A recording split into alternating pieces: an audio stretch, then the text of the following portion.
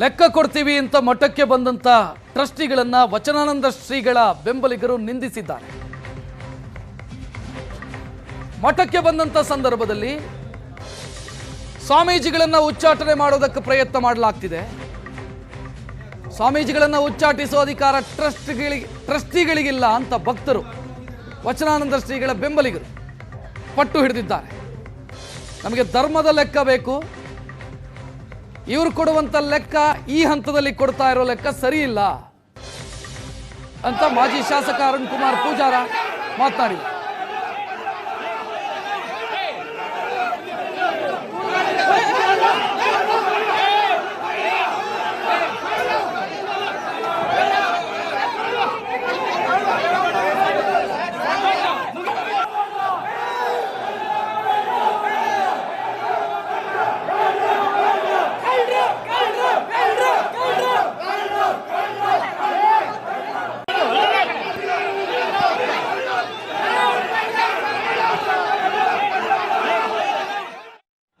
ನಾವು ಲೆಕ್ಕ ಕೇಳಿದ್ದು ಬೇರೆ ಥರ.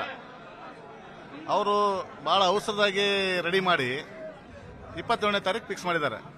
ಅವ್ರು ಭಾಳ ಬುದ್ಧಿವಂತರಿದ್ದಾರೆ. 27ನೇ ತಾರೀಕು ಭಾಳ ಮದುವೆ ಇರ್ತಾವೆ, ಯಾರು ಬರಲ್ಲ. ಏನೋ ಮಾಡಿ ಸ್ವಲ್ಪ ಲೆಕ್ಕ ಕೊಟ್ಟು ಎಲ್ಲ ಗುಳುಮ್ ಮಾಡಿ ಸ್ವಾಮೀಜಿ ನೆಟ್ ಹೊರಗೆ ಹಾಕ್ಬಿಡೋಣ ಅನ್ನೋದು ಅವ್ರು ಪ್ಲಾನ್ ಮಾಡಿದ್ರು. ನಾವು ಕೇಳಿದ ಲೆಕ್ಕ ಬೇರೆ. ಇಡೀ ರಾಜ್ಯದ ಜನತೆ ಬಂದು ಮಠಕ್ಕೆ ಬಂದು ನೀವು ಹೇಳ್ರಿ ಜನಕ್ಕೆ, ನಾವು ಹೇಳ್ತೀವಿ. ಸುಮಾರು ಲಕ್ಷಾಂತರ ಜನ ಸೇರಿ ಯಾರ್ಯಾರು ಏನೇನು ಕೊಟ್ಟಾರ ಅನ್ನೋದು ಒಂದಿನ ಆಗಲಿ, ಯಾವುದು ಕೂಡ ಘರ್ಷಣೆ ಬೇಡ. ನೀವು ಏನು ಬಂದಿದೆ ನೀವು ಹೇಳ್ರಿ, ಯಾರು ಮಿಸ್ ಆಗಿದೆ ನಾನು ಮಿಸ್ ಆಗಿದೆ ಅಂತಂದು ಹೇಳಿ ಅವತ್ತು ಅದು ಲೆಕ್ಕ ಕರೆಕ್ಟ್ ಚುಪ್ತಾ ಆಗ್ಬೇಕು ಅನ್ನೋದು ನಮ್ದು ವಾದ. ಅವ್ರು ಏನು ಮಾಡಿದಾರೆ ಅಂದರೆ, ಇವತ್ತು ಈಗೆಲ್ಲ ಸಮಾಜದ ಮೇಲೆ ಅವ್ರಿಗೆ ಬೇಕಾದ್ರೆ ಇರ್ತಾರೆ, ಅವ್ರಿಗೆ ಬೇಕಾದ ಜನನ್ನ ಕರ್ಕೊಂಬಂದು ಶಾಮಿಯಾನ ಹಾಕ್ಸಿ ಒಂದು 2,000 ಚೇರನ್ನ ಹಾಕಿದಂಗೆ ಕಾಣ್ತಾರೆ. ಹಾಕಿ ಅದನ್ನ ಲೆಕ್ಕ ಕೊಟ್ಟು ನಾವು ಲೆಕ್ಕ ಕೊಟ್ಟೇವಂತ ಇಡೀ ರಾಜ್ಯದ ಜನತೆಗೆ ತೋರ್ಸಕೊಂಡಾರ. ನಾವು ಇದನ್ನು ಒಪ್ಪಲ್ಲ, ಸಮಾಜ ಒಪ್ಪಲ್ಲ. ನಾನು ಅನ್ನೋದಕ್ಕಿಂತ ಸಮಾಜ ಈ ಲೆಕ್ಕವನ್ನ ಒಪ್ಪಲ್ಲ. ನಮ್ದು ಧರ್ಮದ ಲೆಕ್ಕ ಬೇಕು, ಕೃಷ್ಣನ ಲೆಕ್ಕ ಬೇಡ. ಅದಕ್ಕೆ ಧರ್ಮ ಪ್ರಕಾರ ಲೆಕ್ಕ ಕೊಡ್ಬೇಕು. ಇವತ್ತು ಅವ್ರೇನು ಲೆಕ್ಕ ಕೊಡ್ತಾ ಇದಾರೆ ಅದಕ್ಕೆ ನಮ್ದು ವಿರೋಧ ಇದೆ. ಆ ಲೆಕ್ಕಕ್ಕೂ ನಮಗೆ ಸಂಬಂಧ ಇಲ್ಲ. ಅವ್ರ ಪ್ಲಾನ್ ಏನು, ಇವತ್ತು ನಾವೇನಾರ ಮಾಡಿ ಸ್ವಾಮೀಜಿ ಅವರನ್ನ ಉಚ್ಚಾಟನೆ ಮಾಡಿವಿ ಅಂತ. ಅವರಿಗೆ ಉಚ್ಚಾಟನೆ ಮಾಡ್ತಕ್ಕಂಥ ಅಧಿಕಾರ ಇಲ್ಲ.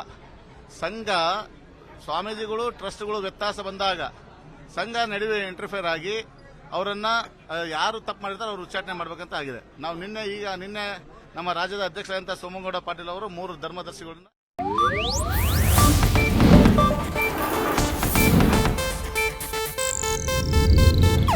ಇದು ಏಷ್ಯಾನೆಟ್ ನ್ಯೂಸ್ ನೆಟ್ವರ್ಕ್ ಪ್ರಸ್ತುತಿ.